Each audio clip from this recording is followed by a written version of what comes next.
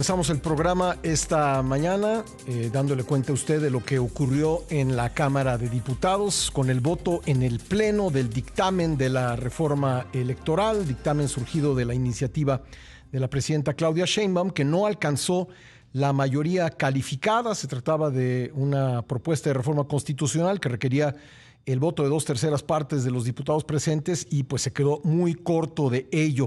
Ante eso, ante este resultado, el oficialismo ya anunció que van por lo que denominan el Plan B y que, pues aunque no se ha dicho así formalmente, se supone que será pues una serie de iniciativas de reformas a leyes secundarias para tratar de lograr de ese modo cambios en el marco legal electoral. Vamos a platicar al respecto con Francisco Burgoa, abogado constitucionalista, profesor de la Facultad de Derecho de la UNAM. Abogado, bienvenido nuevamente al programa. Buenos días, ¿cómo te va?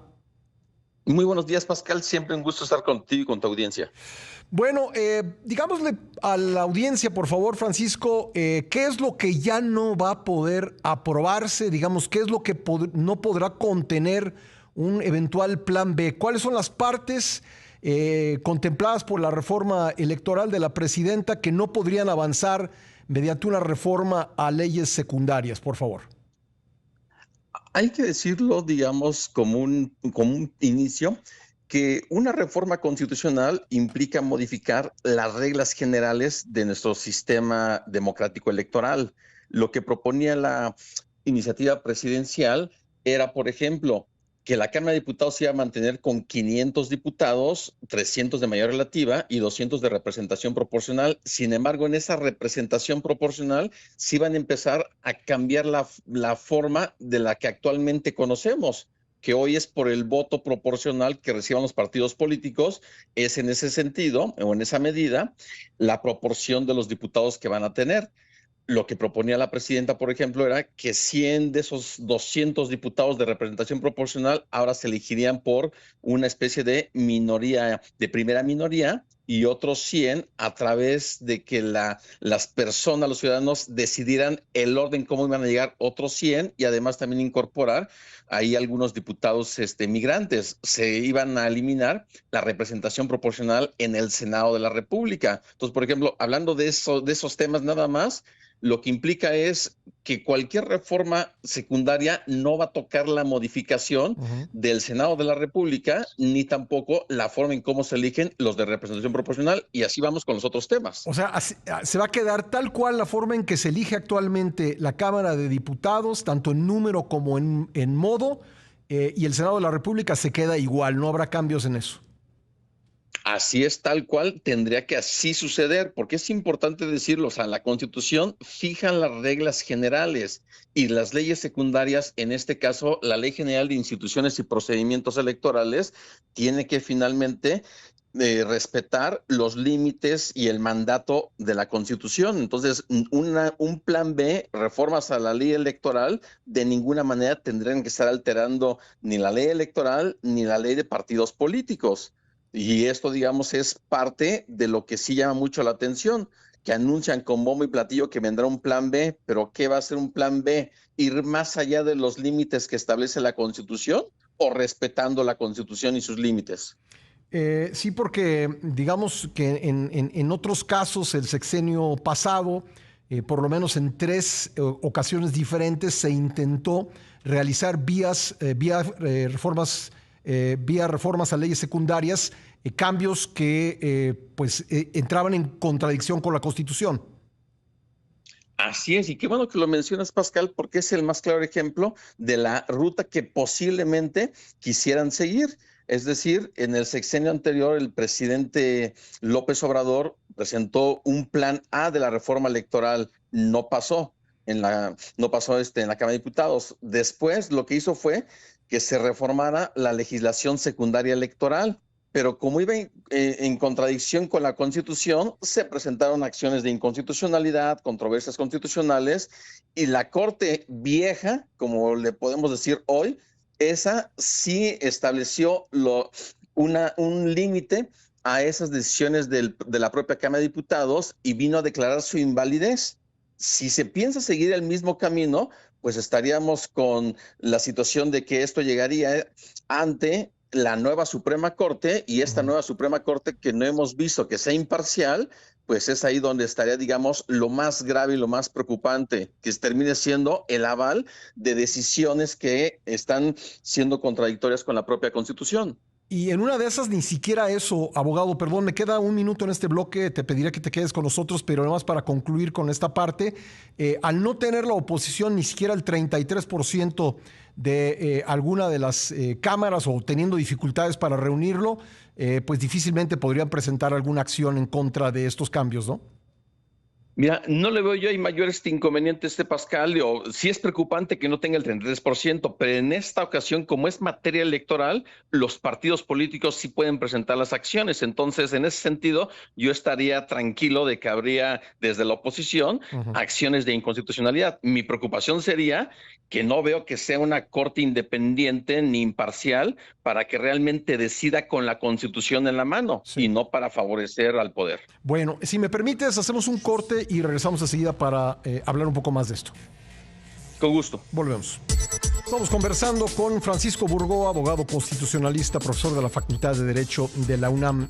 Nos decías, Francisco, que al haberse rechazado la propuesta de reforma constitucional en materia electoral, pues tendrá que quedarse como está la elección de diputados y senadores, tanto en número como en forma. Y te pregunto, ¿qué otras cosas pues no podrían o no debieran cambiar simplemente por la vía de modificar las leyes secundarias? Por ejemplo, había anunciado la presidenta la intención de modificar la fecha de la consulta de revocación de mandato, también de la elección judicial. Ello no se podría hacer sin una reforma constitucional, ¿correcto? Es correcto, Pascal. La Constitución establece las fechas y sobre esas fechas simplemente deben de respetarse y no podrían modificarse a través de una reforma al marco legal. En el caso de la revocación de mandato tenemos una ley federal de revocación de mandato. Entonces, sí es importante decirlo, la Constitución establece fechas o rangos de fechas. Por ejemplo, en el caso de la revocación de mandato, habla de una temporalidad que de ninguna manera tiene que estar siendo el mismo día de las elecciones, precisamente para no contaminar el proceso de revocación de mandato con una jornada electoral.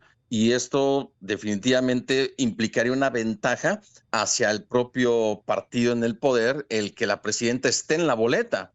Y es finalmente lo que en su momento quería López Obrador, y esto no podría hacerse dentro de lo que es una reforma a la legislación secundaria. ¿Qué pasa, por ejemplo, con las prerrogativas de los partidos? Eso también está contemplado en la Constitución, ¿no?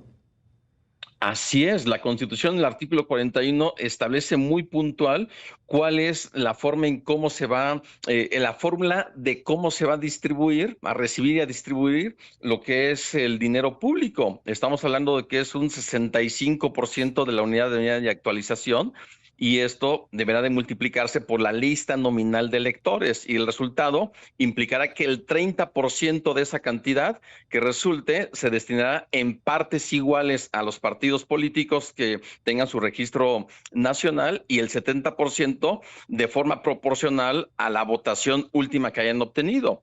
Entonces, eso tendría que quedar exactamente igual, aunque ahí sí nos parezca mucho dinero. Bueno, la Constitución así lo dice, y mientras no haya una reforma constitucional para modificar la fórmula en cómo se recibe el dinero y cómo se distribuye, eso tiene que quedarse así. Bueno, ¿hay algún otro aspecto, digamos, contemplado, ya sea en la propia iniciativa o bien en las cosas que públicamente ha dicho la presidenta, que no podrían modificarse por la vía de cambios a leyes secundarias?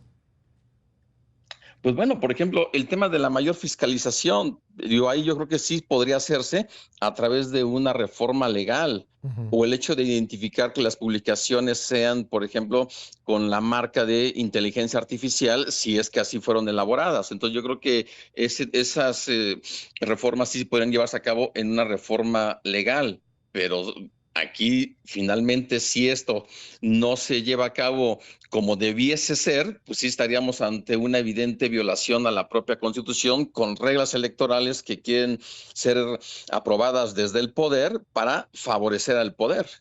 Bueno, supongo que algo que no puede cambiar es el número de integrantes del Instituto Nacional Electoral o cambiarle el nombre, como se quiso en algún momento, a INEC, Instituto Nacional Electoral y de Consultas. Eso está contemplado en la Constitución. Pero ¿qué pasa, por ejemplo, con el presupuesto del instituto o con algunas facultades, como el tema, por ejemplo, de los cómputos electorales? Ese tipo de cuestiones, abogado, ¿se pueden reformar por la vía de modificaciones a leyes secundarias? Qué bueno que lo preguntas esto, Pascal, porque efectivamente ahí, por ejemplo, tratándose del presupuesto del INE, sí podría hacerse a través de una reforma legal y especialmente ahí tendría que estarse reformando el decreto de presupuesto de egresos de la Federación. Digo, porque ahí la Constitución no establece la cantidad que va a recibir el INE. Pero entonces ahí sí podría hacerse a través de una reforma que es facultad exclusiva de la Cámara de Diputados. Integrantes del INE no se pueden modificar. Algunas facultades sí las podrían estar modificando desde la LEGIPE, la ley electoral, y tratándose, por ejemplo, de este último tema que me decías, Pascal. Bueno, por ejemplo, el tema de del cómputo, ya ves que la Sí, reforma sí, dice sí, sí, que el el PREP. cómputo se iniciaría el mismo día, bueno, la misma noche de las elecciones en las juntas distritales. Yo creo que ahí sí sería algo que podrían hacerse y aunque estaría muy discutible si desde la propia ley electoral podrían estar llevando a cabo finalmente que el inicio del cómputo, de los cómputos distritales sea la misma noche o al concluir la jornada electoral, yo creo que es algo que sí lo podrían hacer, aunque sería muy discutible, al igual que la eliminación del propio PREP. Bueno, un comentario final. Me interesa conocer tu punto de vista respecto de esta comisión de la reforma electoral. En términos de técnica legislativa, pero también de negociación política, ¿cuál es el balance que harías tú de los trabajos de esta comisión? Y si te parece, tengo nada más un minuto y medio, y si te parece que todavía tiene pues algún sentido mantenerla. Negociación política cero, porque finalmente apostaban a que sus aliados iban a estar apoyando la propia iniciativa presidencial y no fue así. Y hay que decirlo, los aliados, el Partido del Trabajo y el Partido Verde, no es que defendieran la democracia, defendieron sus intereses, porque sabían que iban a recibir menos presupuesto, iban a tener menos espacios en ambas cámaras del Congreso y eso los iba a aniquilar y por eso no quisieron apoyar, no porque defendieran la democracia, sino porque defendieron sus propios intereses. Entonces, hablando de esta comisión electoral presidencial, simplemente es cero en cuanto a negociación política. Si tiene una razón de ser que continúe, para mí absolutamente no. De nada sirvieron los 6 meses que estuvieron trabajando para una iniciativa presidencial que no fue aprobada y que sí es un fracaso ese rechazo hacia esta propuesta de la presidenta Sheinbaum. Bueno, pues ahí está el balance de lo sucedido con esta iniciativa. Ya veremos lo que viene por la vía de lo que llaman Plan B en el oficialismo. Gracias, Francisco, por haber estado con nosotros esta mañana. Al contrario, Pascal, fuerte abrazo y muy buenos días para ti y para tu audiencia. Es Francisco Burgoa, abogado constitucionalista, profesor de la Facultad de Derecho de la UNAM.